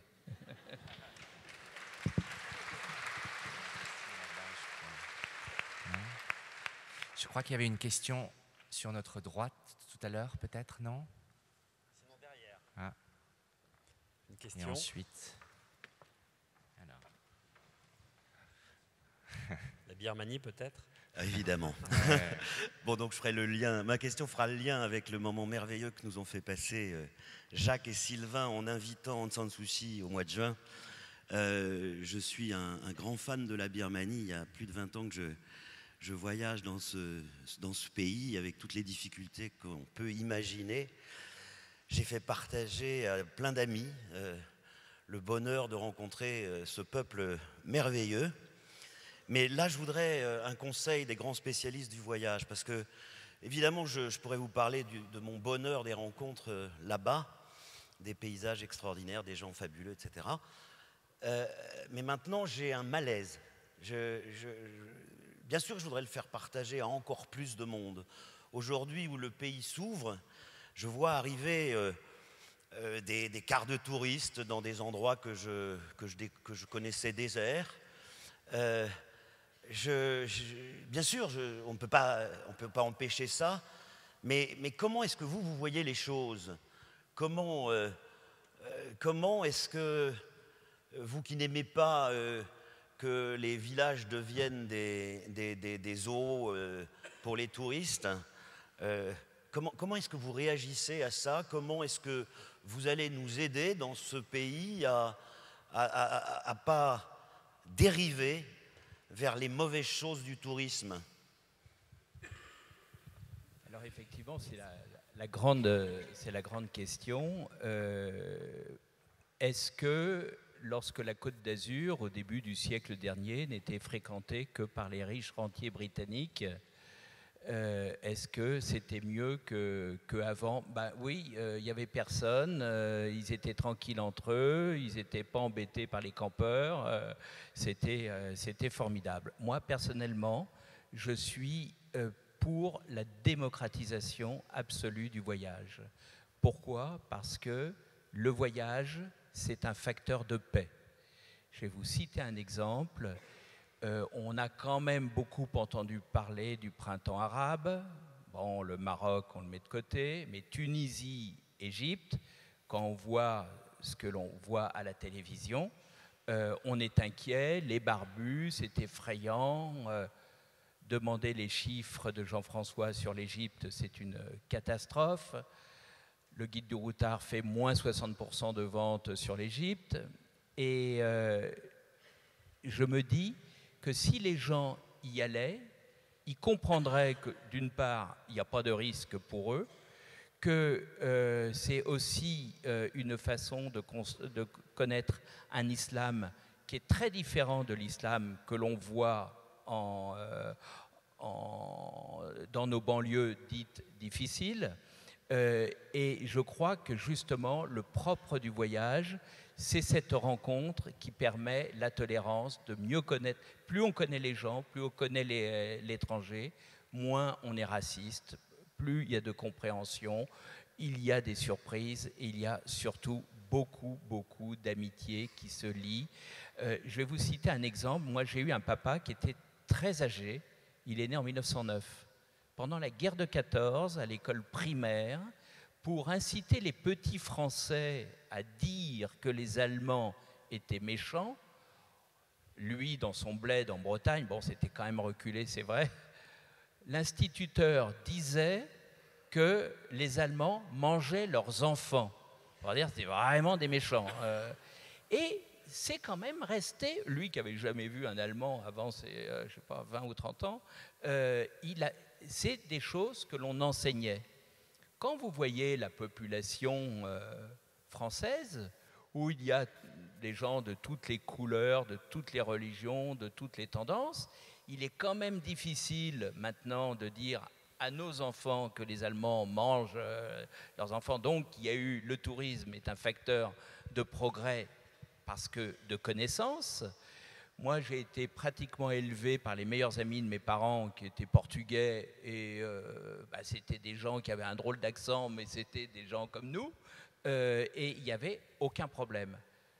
Mon plus jeune fils, Clément, quand il était en 8e, dans son école, il y avait un Africain sénégalais qui s'appelait Babacar. Alors c'était son copain et Babacar, on le voyait toujours à la maison. Et un jour, pour tester mon fils, je lui ai dit, mais Babacar, il est sympa et à l'école et puis Clément disait, oui, Babacar, il était super, c'est son copain. Et puis la couleur de peau, il n'y arrivait pas, il ne comprenait rien à ce que je voulais qu'il dise. Alors je lui ai dit, mais quand même, il n'est pas pareil. Et il ne comprenait toujours pas. Je lui ai dit, mais la couleur de peau, eh bien, il ne s'était même pas rendu compte que Babacar était noir. Et j'ai trouvé, je l'ai embrassé, tellement j'étais heureux. Jean-François, pour aller dans le sens de la question qui a été posée, quand vous arrivez, quand Voyageurs du Monde arrive dans un pays, dans une contrée relativement préservée, comment vous y prenez pour essayer de garder l'authenticité, pas violer le pays ou la contrée dans laquelle vous allez vous envoyer, enfin faire voyager les Occidentaux? La question qu'a posée monsieur, elle est passionnante. Hein. Il y a beaucoup de choses à dire là-dessus. Pour nos clients à nous, c'est facile d'éviter ça. Parce que soit ils voyagent avec Voyageurs du Monde et là ils sont en individuel, tout seuls, et on se débrouille pour éviter qu'ils aillent dans les endroits où il y a trop de monde au même moment, au même instant. Donc ça c'est facile. Mais on va éviter le problème pour nos clients, on ne va pas l'éviter pour le pays. La question de monsieur, c'est comment on peut l'éviter pour le pays. Bon, je vais y revenir. Puis quand on voyage avec Terre d'Aventure, qui fait partie de notre groupe, là c'est tout à fait différent parce qu'ils sont par essence dans des endroits où il n'y a personne. Bon. Alors après, il y a une autre question que tu viens de poser, Jacques, c'est quand dans les endroits où il n'y a personne, comment on fait pour éviter de faire n'importe quoi? Parce qu'il y a aussi ça comme question. Il y a la question quand il y a trop de monde, que monsieur a posé, et puis il y a la question quand il n'y a personne. Quand il n'y a personne, faut essayer d'éviter d'aller faire du tourisme ethnique à 10 balles. Il faut ramasser ces détritus et préserver les endroits dans lesquels on circule. Et arriver de façon improvisée et pas programmée au maximum. Bon, c'est ça qu'il faut faire. Maintenant, pour répondre à la question de monsieur, moi, je peux le résoudre pour mes clients. C'est-à-dire que nous, ça fait des années que nos clients adorent la Birmanie, ils vont en Birmanie, et effectivement, ils nous font les remarques, et nous avons les remarques que vous avez, c'est-à-dire qu'aujourd'hui, la Birmanie est devenue une espèce de défouloir à touristes, où il y a beaucoup trop de monde, mais comme ça a été le cas il y a quelques années à Bali, comme ça a été le cas au Vietnam, et comme ça sera le cas partout dans le monde. Vous savez, les Tibétains, ils m'ont appris un truc fondamental. C'est l'impermanence. Tout est impermanent. Il n'y a rien qui existe de ce que vous avez vécu et de ce que vous vivrez demain. Vous voyez, tout à l'heure, je vous ai raconté mon voyage initiatique. L'Algérie, je suis parti tout seul, avec mon 4x4. J'ai marché, je circulais comme je voulais. Aujourd'hui, pour des raisons légales et pour des raisons de sécurité, je ne pourrai plus faire ce voyage. Malheureusement, je n'y peux rien. C'est-à-dire qu'il faudrait qu'il n'y ait plus d'intégristes qui circulent dans cette zone. Il faudrait qu'il y ait un gouvernement algérien éclairé, ce qui n'est pas le cas. Il faudrait un autre environnement. Et en Birmanie, vous savez ce qu'il faudrait en Birmanie pour éviter ça? Il faudrait que les généraux, soi-disant qui se démocratisent, arrête de bloquer la construction d'infrastructures touristiques, parce qu'aujourd'hui, il n'y a pas assez d'hôtels en Birmanie, et c'est pour ça que c'est le cirque. Et pourquoi il n'y a pas assez d'hôtels? Parce que comme ça, on peut monter les prix, et on peut alimenter les caisses de la junte. C'est ça la vérité. Alors maintenant, pour éviter qu'il y ait trop de monde sur n'importe quel site touristique au monde, je ne sais pas comment il faut faire. Il faut rendre les gens qui voyagent intelligents. Moi, je suis comme Philippe pour la démocratisation à fond du voyage, mais je suis contre les hordes de touristes en même temps, sur un même moment et au même instant. Vous savez, j'habite pas très loin de la Tour Eiffel. Quand je vois ce qu'il y a en dessous de la Tour Eiffel, ça m'insupporte autant que ce qui se passe à Pagan. Hein. C'est pareil. Hein. Vous savez, moi j'ai eu une chance une fois dans ma vie, je suis allé dans le désert libyque en Égypte. Je n'avais jamais visité l'Égypte il y a très longtemps, mais j'étais passionné de désert comme je vous l'ai expliqué. Puis j'arrive au Caire, en rentrant du désert libyque, à 1h du matin. Alors j'ai fait un truc pas très correct, mais tant pis, à refaire, je ferai la même chose. J'avais jamais vu les pyramides de ma vie. J'ai dit à mon chauffeur, je veux voir les pyramides. Il me dit, ouais d'accord, mais tu sais, c'est fermé. Je lui dis, vas-y, on va voir les pyramides. Et puis c'est éteint, etc. On est allé voir les pyramides. J'étais tout seul, il était 1h du matin. Et un petit billet, et les pyramides, on les a allumées pour moi. Et j'étais tout seul. Chacun décide de son destin dans son voyage. Voilà. Mais contre les hordes de touristes, je ne sais pas faire. Je ne suis pas assez puissant. Merci. Alors, je crois qu'il y a deux questions. Oui, oui, monsieur, je vous vois. Alors, si on peut approcher, on va faire peut-être ce qu'aurait fait Thierry Guerrier s'il avait été là. Thierry a une technique qui est très intéressante. Il propose de poser en même temps plusieurs questions, ce qui vous permet, comme vous êtes plus... Voilà. Je vous propose monsieur, puis madame derrière, et ensuite sur la droite, on va prendre 3 questions. Et comme ça, chacun peut s'exprimer. Merci, ça donnera la parole à une femme, pour une fois. Vous avez beaucoup évoqué l'anglais depuis tout à l'heure. Moi, ce qui m'intéresserait, c'est de savoir si pour vous, l'anglais, c'est une langue de partage ou éventuellement, et quelquefois, une langue d'exclusion. Merci. Merci. Devant vous. Oui, bonjour. Moi, je voudrais interroger nos 4 intervenants sur un apparent paradoxe. Le paradoxe, c'est que lorsqu'on se promène à l'étranger, on voit beaucoup de Français, grâce d'ailleurs aux organisateurs, aux voyagistes, aux guides dont nous disposons. Donc beaucoup de Français se promènent de par le monde, d'une part. De l'autre, on s'aperçoit à travers quand on interroge le public que les Français ont une attitude extrêmement réservée devant le monde global dans lequel nous vivons. Y a-t-il un paradoxe? Et finalement, y a-t-il vraiment partage lorsque tous nos amis français se promènent de par le monde? Merci. Il y a une réponse à ça. On prend ces 2 questions, donc oui, l'anglais et... Non, je vais commencer. Bon, l'anglais, pour moi, c'est une langue de partage. C'est-à-dire que sans l'anglais, on peut critiquer le fait qu'on aimerait bien que tout le monde puisse parler le swahili et le brésilien. J'essaie d'apprendre l'italien en ce moment, vous voyez, parce que je trouve que c'est une langue merveilleuse, mais l'anglais, c'est une langue de partage, c'est clair. Moi, sans l'anglais, j'aurais jamais pu partager ce que j'ai partagé avec les Brésiliens, les Égyptiens, les Tibétains. Bon, pour moi, c'est clair. Bon. Alors, est-ce que le paradoxe que vous évoquez sur les Français qui voyagent, bah, vous avez tort, monsieur, il y a très peu de Français qui voyagent. Il y en a 20% de la population, et dans ces 20%, il y en a la moitié qui ne vont, même les 2 tiers, qui ne vont que en Europe. Que en Europe. Donc vous avez 6, 7%, 8% des Français qui voyagent, et dans ces 8%, vous avez encore une moitié qui ne va que en Tunisie, au Maroc, en Turquie ou aux États-Unis. Et il ne reste pas grand monde, hein. Demandez à Philippe Glohagen combien il vend de guides du routard Inde par rapport à ce qu'il vend sur le Maroc ou sur la Corse. Donc il n'y a pas vraiment de paradoxe à ça. C'est-à-dire que malheureusement, les gens ne voyagent pas assez. Et puis alors, quand vous rencontrez beaucoup de Français, moi il y a une chose que je vais vous dire aussi, qui répond aussi à ce qu'a dit monsieur. 99%, y compris des pays les plus touristiques, des surfaces de ces pays touristiques, il n'y a pas un touriste. Il n'y a pas un touriste, vous m'entendez? Pas un. Quand vous allez au Mexique, tout le monde fait Mexico, Oaxaca, Mérida. Voilà. Le Mexique, c'est immense, hein. C'est sublime, mais tout le monde fait la même chose. En Tanzanie, c'est pareil. En Afrique du Sud, c'est pareil. En Inde, ils vont tous au Rajasthan, tous la même chose. Jaipur, Udaipur, Jodhpur. Puis après, ils disent « Oh, on a vu trop de Français !» Mais vous vous foutez du monde. Il y a des endroits fantastiques où il n'y a personne. Où il n'y a personne. Voilà. En ce qui concerne les Français, il faut faire attention aux imitations. Il y a des Belges et des Suisses qui se disent français.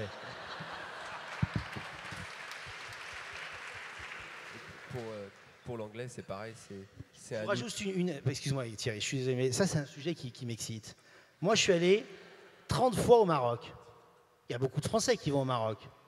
Ben, je peux vous dire que j'ai visité un paquet d'endroits au Maroc où il n'y avait pas un seul Français. Pas un.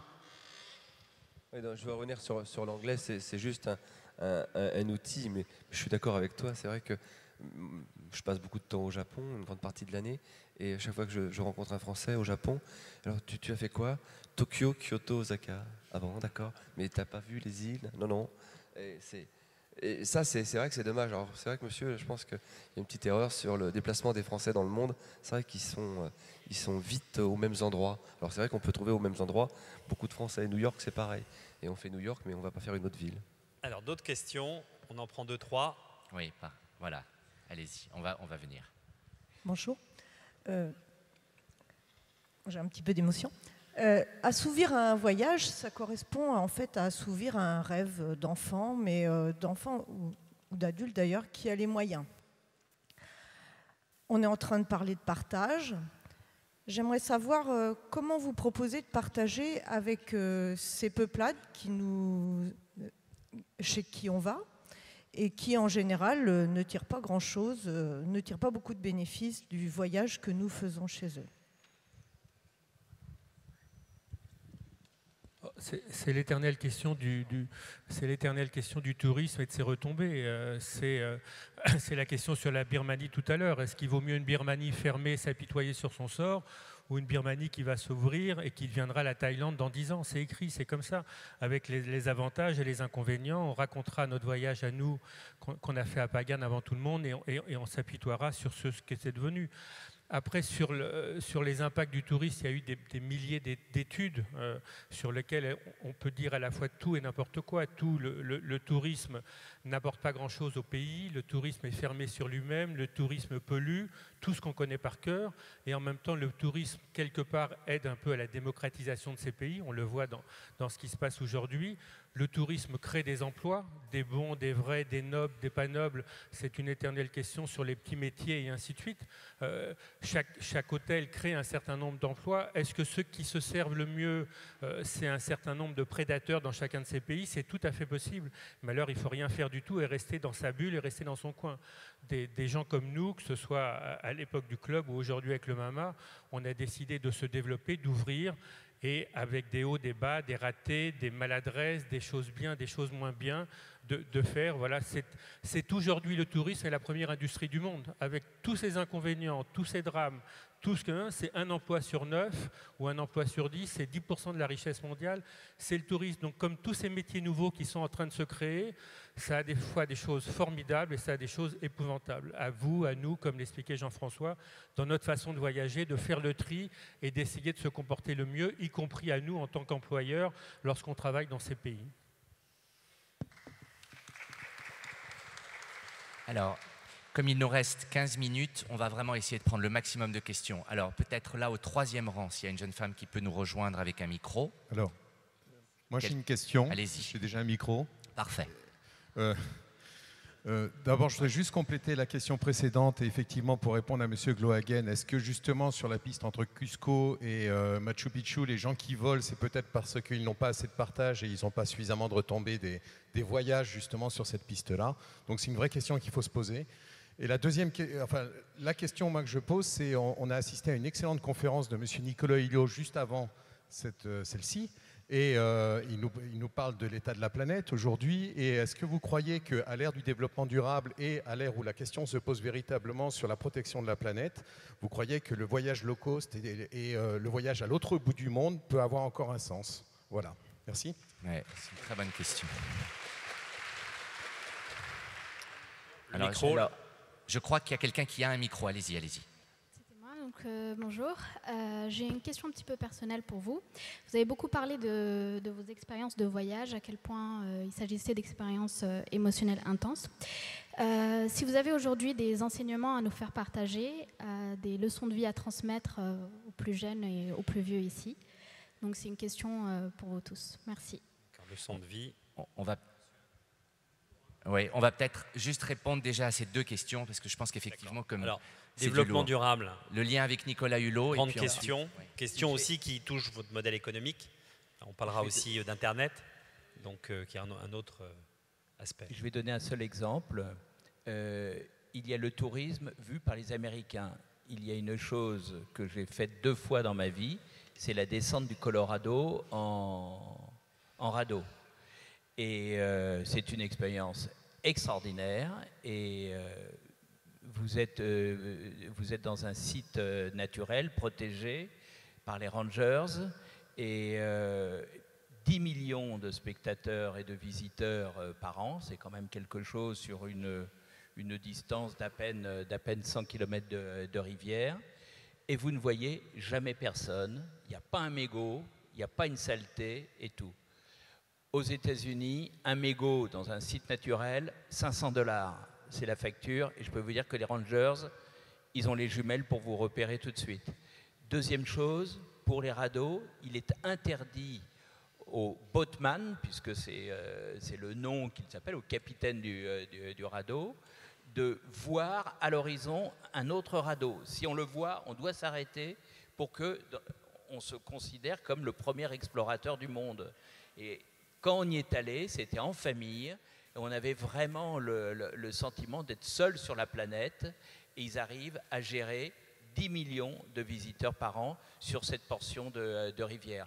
Comme quoi, je crois que malheureusement, c'est aussi l'état de la planète un problème financier. Je ne sais pas ce qu'a dit Nicolas Hulot, mais les pays qui ont de l'argent ont les moyens d'avoir une structure qui gère la propreté, qui contrôle les afflux de tourisme, même quand c'est important. Et malheureusement, pour l'instant, les pays en voie de développement n'ont pas ces moyens-là, parce que pour les gouvernants, leur boulot, c'est de faire bouffer les gens tous les jours. Voilà. Mais en espérant que ça aille mieux un jour. Jean-François, sur le développement durable. Oui, c'est une question clé, ça. Mais malheureusement, ça mériterait à elle seule 1 heure de discussion, parce que c'est un problème qui est très complexe.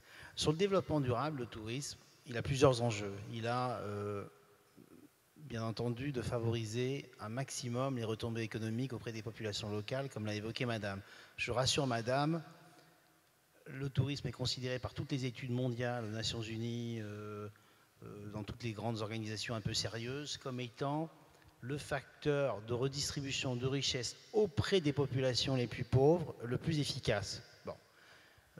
Proposer aux Égyptiens d'arrêter d'envoyer des touristes, il y a juste 30% de la population égyptienne qui vit du tourisme. C'est pour ça que croire que les frères musulmans sont opposés au tourisme, c'est n'avoir à peu près rien compris à ce qui se passe dans ce pays. Bon, ça c'est une parenthèse. Après, il y a toute la gestion des nuisances du tourisme, les déchets, l'eau, etc., etc. Alors là, il y a des solutions possibles, mais comme l'a très bien expliqué Philippe, ça dépend d'abord de la politique publique des pays concernés. Moi, par exemple, je me bats en Égypte depuis 10 ans pour que les bateaux arrêtent de dégazer dans le Nil, parce que c'est ça la vérité.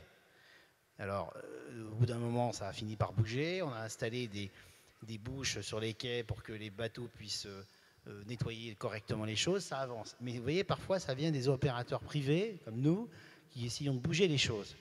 Le vrai sujet, en fait, c'est le réchauffement climatique et le CO2. Ça, c'est un vrai sujet. Alors là-dessus, moi, j'ai eu un vrai problème quand ce problème est apparu il y a 7 ou 8 ans. Et je me suis demandé si mon métier, c'était de continuer de faire mon métier, c'était bien. Vraiment, je me suis sacrément interrogé. Et là, on est allé très loin dans la réflexion. En fait, malheureusement, je n'aurai pas assez de temps pour tout vous expliquer, mais il faut se poser la question de savoir quelle est l'utilité sociale du voyage. Vous commencez par poser cette question. Alors si elle est nulle, il est urgent d'arrêter de voyager. Si elle n'est pas nulle, c'est que je pense, pour toutes les raisons qu'on a évoquées, facteur d'échange, de développement de la paix, d'ouverture de soi, moi je crois qu'il n'y a rien de tel que le voyage pour éviter les guerres. Ça c'est mon impression. C'est pour ça d'ailleurs que si je ne pratique pas du tout le voyage dit de masse, je suis très favorable au voyage de masse en Tunisie, en Turquie ou au Maroc, comme le Club Med l'avait lancé il y a quelques années, parce que moi je suis convaincu qu'un type qui part au Maroc, au Club Med, va revenir moins intolérant que s'il n'y va pas. C'est mon intime conviction. Bon. Je reviens sur le CO2. D'abord, vous commencez par définir si vous avez une utilité sociale. Donc si on n'en a pas, c'est réglé, on arrête de voyager, on n'émet plus de CO2, plus de problème. Mais si on en a une, ça ne veut pas dire qu'il ne faut rien faire. Si on en a une, il faut se dire, voilà, pour éviter la catastrophe du réchauffement climatique, les experts disent qu'il faut en gros qu'on divise par 4 nos émissions de CO2 d'ici 2050. C'est ça la vérité. Or, l'aérien, ça émet 2 à 3% du CO2. Ensuite, il faut que sur cette division par 4, si on considère qu'on passe de 100 à 25, chaque industrie ait droit à un quota d'émissions de CO2, dans ces 25%, qui sont liés à deux choses, son utilité sociale, quelle était son utilité sociale, et sa capacité à remplacer ou non le CO2. Il y a des industries où vous pouvez très facilement changer le CO2 par une autre énergie. Donc celle-là, elle doit avoir moins de quotas que son utilité sociale. Il y en a d'autres qui ne peuvent pas les remplacer. C'est le cas du monde de l'aérien. Donc il y a eu des experts qui ont discuté, et dans le protocole de Kyoto, je vous la fais courte, ils ont réfléchi à tout ça, ils ont dit, voilà, il faut que l'industrie aérienne, à long terme, ne monte pas ses émissions. C'est-à-dire qu'on ne lui a pas demandé de baisser de 75%, on lui a demandé de stabiliser et de baisser ses émissions, bien entendu, par vol, parce que comme la croissance du trafic aérien est considérable, voilà. Donc nous, on s'est mis dans cette perspective-là, et comme la Commission européenne a proposé des réductions d'émissions de 20%, et que ça n'a pas été pour l'instant adopté totalement, parce qu'il y a des compagnies étrangères qui volent en Europe, qui refusent de se faire appliquer, etc. Nous, on s'est, chez Voyageurs du Monde, auto-taxé. C'est-à-dire qu'on a prélevé l'équivalent de 20% du coût de l'émission aérienne de nos clients qui voyagent avec nous, avec lesquels on alimente notre fondation, on a des projets de reforestation. Mais en tout cas, il y a des réponses possibles à ça. Si on considère qu'on a une utilité sociale, hein, si on considère qu'on n'en a pas, effectivement, il faut arrêter.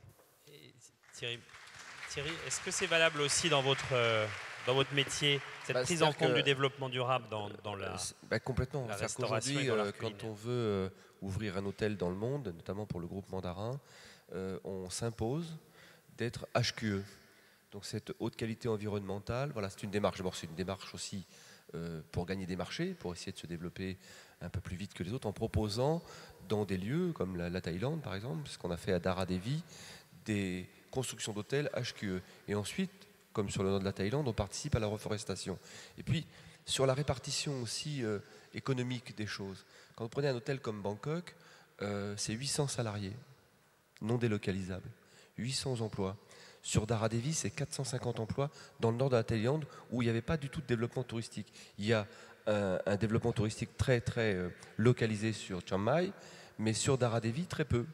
Donc voilà, à un moment donné, il y a un comportement éthique des entreprises. Des hôteliers se rendent compte que s'ils veulent se développer, il va falloir aussi passer par cette phase environnementale, donc on n'y coupera pas. Et c'est ça qu'il faut regarder aussi. On peut dire pas beau, pas bien, pas beau, pas bien, mais à un moment donné, il y a des pays qui se développent grâce au tourisme. Ça fait vivre beaucoup de gens, ça éduque aussi beaucoup de gens. Vous prenez un hôtel comme celui de Bangkok, le Mandarin de Bangkok, et bien à l'intérieur de cet hôtel, pour former les collaborateurs, et bien il y a des cours d'anglais, des cours de formation professionnelle pour la cuisine, pour différents, et on amène un petit peu quelque chose. Après, effectivement, ces collaborateurs peuvent aller travailler à la concurrence, et c'est tant mieux. Mais je veux dire qu'il ne faut pas non plus montrer du doigt en permanence le tourisme pas beau, pas bien, or que je crois effectivement, c'est que le meilleur moyen de faire tomber les querelles et les mauvaises querelles de frontières. Serge, oui. Ouais. Non, sur la partie du facteur du tourisme, je crois que Jean-François et Thierry ont très bien répondu. À la question de mademoiselle, est-ce qu'il y a des conseils à donner? Il n'y a pas de conseils. Moi, ma seule idée, ce serait pratiquement de voyager à contre-courant. C'est-à-dire qu'aujourd'hui, où on voit des mauvaises nouvelles sur des pays comme l'Égypte, je crois que c'est le meilleur moment pour aller visiter l'Égypte. C'est au même titre que ce qu'on parlait de la Birmanie il y a quelques années en disant c'était le bon moment et maintenant. Aujourd'hui, les prix sont les plus bas, les gens sont les plus accueillants. Il faudrait presque lire le journal, voir où ça va mal et se dire c'est là où je pars en vacances. Et c'est là que je vais visiter. Moi, c'est mon conseil. Vous aurez des bons prix, vous serez très bien accueillis et vous aiderez les gens. C'est génial. Alors, quelques questions. Ouais. Oh. Levez-vous et la jeune femme va vous... Voilà. La jeune femme va vous donner le micro. En fait, c'est quelque chose que je voudrais partager avec vous. J'ai passé ma vie à voyager, puisque j'étais hôtesse de l'air pendant 35 ans. Et je voulais quand même rappeler à tout le monde qu'on vit dans la ville la plus visitée du monde et qu'on accueille donc des gens du monde entier et que ça change. Maintenant, il y a des Brésiliens, il y a des Chinois, des Russes, des gens qu'on ne voyait pas avant. Et je trouve que les Parisiens, les Français ne sont pas très sympas avec eux. Donc c'est un peu l'occasion de vous dire, souriez-leur, aidez-les quand ils sont perdus dans le métro, qu'ils cherchent, etc., etc. Quelquefois, ils vous diront non merci, mais la plupart du temps, ils sont très, très contents.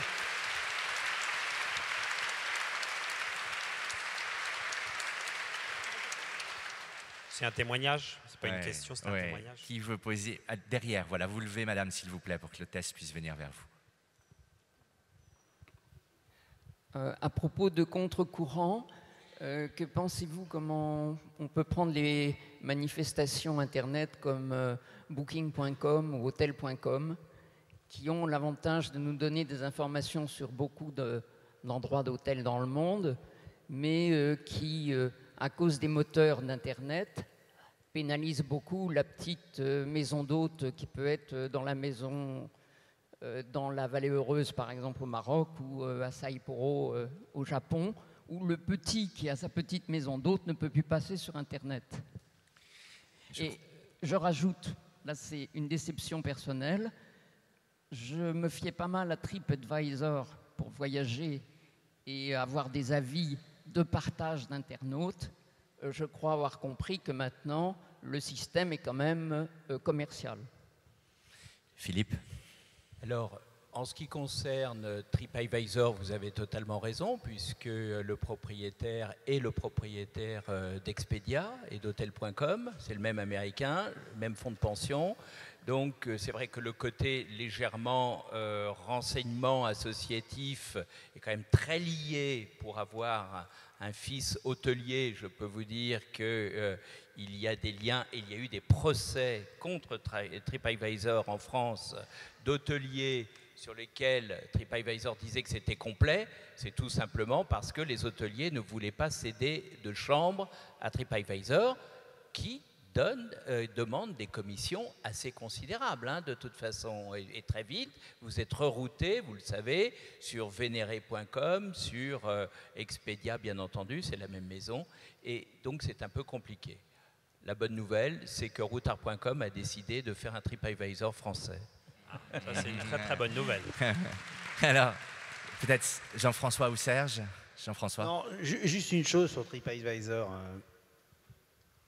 Moi, il m'est arrivé pour moi-même de regarder. J'ai jamais vu quelque chose d'aussi inutile pour moi. Pour moi, hein. Pourquoi? Parce qu'au-delà je dirais, du biais de l'information, hein, que Philippe vous a évoqué, qui est parfois vrai, parfois faux, bon, très bien. C'est que surtout, l'internaute qui va vous raconter qu'il a adoré un hôtel, ou qu'il a détesté, en quoi il vous ressemble, ce type? En quoi il est vous? En quoi il va avoir le même goût que vous? Moi, j'ai des gens, là, récemment, vous voyez, je vais emmener mon épouse qui va avoir 50 ans à Londres, et des gens qui m'ont donné un tas de conseils, parce que je suis voyagiste, hein. Chaque fois qu'ils m'ont donné un conseil, j'ai regardé s'ils étaient à côté de la plaque. Pas compliqué. Et en plus, c'est des gens qui me connaissent. TripAdvisor, vous imaginez comment ils me connaissent, TripAdvisor? Qu'est-ce que vous nous racontez avec vos histoires, là?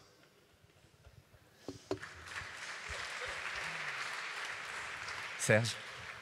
Oui, non, les moteurs de recherche ont effectivement tous les défauts dont on parle. Internet, c'est en même temps une chance fabuleuse pour la maison d'hôte perdue dans n'importe quel coin du monde. Ces maisons d'hôtes n'auraient jamais vécu, n'auraient jamais pu se faire connaître, comme nous, par exemple, le Mama Shelter. On a réussi à se faire connaître au Japon et autres grâce à Internet et grâce au site. Donc il y a effectivement un certain nombre de défauts. Et le TripAdvisor ou tous ces outils dans les mains des horribles boîtes américaines, bon, mais en même temps, il faut savoir s'en servir. Il faut savoir se servir de TripAdvisor et le lire à notre façon. Il faut savoir se servir du guide. Et il faut essayer de chercher l'endroit que vous allez aimer, dans lequel vous aurez plaisir à séjourner dans une maison d'hôte perdue quelque part. Et ça, il n'y a que Internet qui peut nous le permettre. C'est l'époque des brochures, il y a 10 ou 15 ans, qui, lorsqu'elles étaient sorties, imprimées, étaient déjà obsolètes, les prix n'étaient plus valables, elle est terminée. Il faut vivre avec cet outil et c'est un outil formidable pour notre métier. Alors, je vous propose peut-être une dernière question, ou voilà, peut-être 2 dernières questions. Les 2 là, Allez, 2, et 3. on devra Allez. s'arrêter. Alors, une question d'un homme, puisque là, il y a eu 4 questions de femmes.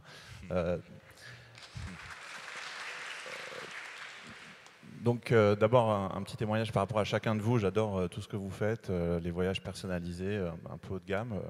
Le guide du routard, j'en ai toujours un dans la poche partout où je vais. Et bon, le Mama Shelter, évidemment, un endroit superbe. Bon, malheureusement, je ne vais pas assez souvent au Mandarin oriental, encore. Non, ma question, c'est quel serait le voyage que vous conseilleriez à un jeune, ou plutôt une jeune fille de 16-17 ans, pour partager, pour découvrir et effectivement se former à ce partage, à des expériences nouvelles. On est dans un monde de plus en plus standardisé. Même le guide du routard, c'est plus vraiment le sac à dos, c'est un petit peu... Il y a de tout, en fait, il y a un peu plus du haut de gamme. Et c'est vrai qu'on a tendance à aller un peu tous dans des endroits un peu dans les grandes villes, enfin un peu standardisés. Et surtout pour une jeune fille, qu'est-ce que vous conseilleriez, chacun de vous, pour découvrir, pour partager? Quel est votre voyage rêvé? Et voilà, par rapport aux normes de sécurité, pour une jeune fille de 16 ans. Encore une ou 2 questions. Là, ici. Merci. Bonjour. Merci pour tout ce que vous avez dit. Moi, j'aimerais savoir, sur tous les voyages, quand vous êtes revenu, vous aviez des souvenirs, et ici, vous venez les partager avec nous. Quand vous étiez là-bas et que vous étiez avec ces gens perdus très loin, comme vous disiez, dans la montagne, dans le Sahara, qu'est-ce que vous avez eu l'impression d'avoir partagé avec eux? Qu'est-ce que vous avez eu l'impression d'avoir laissé? Et est-ce que vous vouliez laisser quelque chose? Merci. Une question ici. Et on répondra ensuite aux 3 questions et on s'arrêtera. Voilà. Vous pouvez vous lever. Voilà. Bonjour. En fait, j'aurais voulu savoir, vous avez parlé du tourisme et du voyage, mais est-ce que le tourisme ne semble pas un peu opposé au voyage où on est dans la découverte, alors qu'il me semble que le tourisme est la commercialisation d'un nombre de désirs en fait, qu'on veut avoir. Par exemple, on va chercher le soleil, on va chercher tel endroit qu'on va avoir envie de raconter à la personne, aux autres en rentrant. Alors que le voyage, comme on l'a dit au début, c'est surtout la découverte et ne pas savoir vraiment où on va. Enfin, quelle relation en fait, vous voyez entre le tourisme et le voyage? Voilà. Alors, on va démarrer peut-être par la question de la première jeune femme, du monsieur sur une jeune femme de 16-17 ans. Quel conseil de voyage, Philippe? Alors, moi, je dirais... moi, je dirais à la jeune fille qu'elle parte d'abord avec la personne qu'elle aime, n'importe où.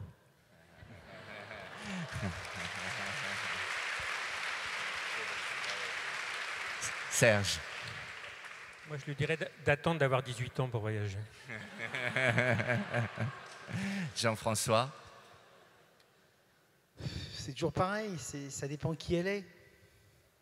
Est-ce qu'on peut répondre à une question comme ça? Moi, je lui dirais que si elle est à Paris, qu'elle aille au Mama Shelter, parce que c'est un endroit génial. Je le pense vraiment. C'est pas pour me faire plaisir à Serge. Et puis, si vraiment elle doit aller quelque part, j'ai quand même une idée à lui proposer, parce que je pense que ça peut convenir à tout le monde, à condition qu'elle sorte des sentiers battus. Ouais. Qu'elle aille à New York, parce qu'à New York, elle aura toutes les populations du monde réunies dans le même endroit. Thierry. Faire un petit trait d'humour. Si elle va à Mama Shelter, Belleville n'est pas loin, c'est à peu près la même chose. Quoi. Je fais dire non. Mais non, je suis né dans ce quartier, je suis très fier de Mama Shelter. Non, je plaisante, mais 16 ans, 17 ans, c'est tôt pour voyager. Et en même temps, moi, je me souviens des voyages jeunes. Et sécurisé, je me suis dit, l'Europe c'est pas mal. Le Portugal, moi j'ai découvert le Portugal, j'étais très jeune. Puis il y a la France aussi. On oublie, il y a quelques temps j'étais dans les Cévennes. C'est sublime, un sac à dos. Vous partez, il y a des chambres d'hôtes qui sont absolument géniales. Voilà, c'est un premier voyage. Je crois que ce qu'il faut vivre quand on est jeune, c'est est-ce que je vais oser? Est-ce que je vais savoir me débrouiller? Et puis après, vos ambitions grandissent avec votre âge et puis vous pouvez aller de plus en plus loin. Je crois que c'est comme ça qu'il faut commencer. À un moment donné, il faut se dire, bon, salut les parents, salut les copains, hop, je me tire tout seul, je vais m'assumer, je vais gérer un petit budget et puis je vais me débrouiller, je vais me faire à manger. Enfin, tout ça, c'est le routard, c'est ça. C'est de partir, se débrouiller. Et je crois que ça peut commencer assez simplement par la Bretagne Sud ou les Cévennes, comme je viens de l'évoquer, les Alpes de Haute-Provence, etc., etc. Mais aller dans des endroits où, bon, si on sent si on sera suffisamment aguerri ensuite pour aller plus loin. Mais je crois qu'il faut à 16 ans, c'est rien, vous prenez un train. Il y avait Comme disait Jean-François tout à l'heure, on vend quand même 5 fois plus de guides du routard sur la Corse que sur l'Inde. Sur la deuxième question. Il y avait deux... C'était la question tourisme. de il y avait le tourisme et le voyage, n'est-ce pas? Oui, qu'est-ce que vous laissez, c'est ça, dans le... Qu'est-ce que vous avez laissé dans les voyages que vous avez réalisés? Alors, pour le voyage que vous avez évoqué au Sahara, moi, je ne sais pas ce que j'ai laissé. Par contre, je sais ce que j'ai récupéré. Un truc juste crucial pour moi, parce que ce que j'ai rapporté de ce voyage, c'est que ça a donné du sens à ma vie, ça a défini ce sens. Donc c'est juste énorme pour moi. Voilà. Merci. Serge? Non, moi, je n'ai pas laissé grand-chose. J'ai beaucoup reçu dans tous ces voyages, plus que je n'ai apporté. Donc, je remercie les gens qui m'ont accueilli et qui m'ont tant donné un peu partout d'émotions sensorielles, d'émotions, de partage. C'est ça que j'en retiens. Thierry? C'est vrai que ça vous nourrit un voyage. Il faut avoir l'humilité de penser qu'on ne laisse pas grand-chose. Moi, je pense à l'image du désert. On est assis, un coup de vent, il n'y a plus rien. Ah, vous êtes parti, c'est terminé. Donc, c'est ça la magie du voyage. Mais par contre, vous repartez avec une richesse qui est incroyable. Et vous le sentez physiquement. Philippe? Pratiquement à chaque fois que je vais dans des pays, disons, tiers-mondistes, comme on le dit maintenant, je trouve que la personne la plus civilisée, c'est celui qui m'accueille. Et nous, on est des cons. Alors peut-être que pour conclure avec Jacques, on voulait d'abord vous remercier tous les quatre d'avoir honoré notre invitation. Vous remercier tous qui sont en face de nous parce que l'exercice que nous venons de faire, vous l'avez compris, était une première pour nous et le faire face à vous était extrêmement agréable. Bonne soirée à vous et pour ceux qui seront là demain, à demain. Merci.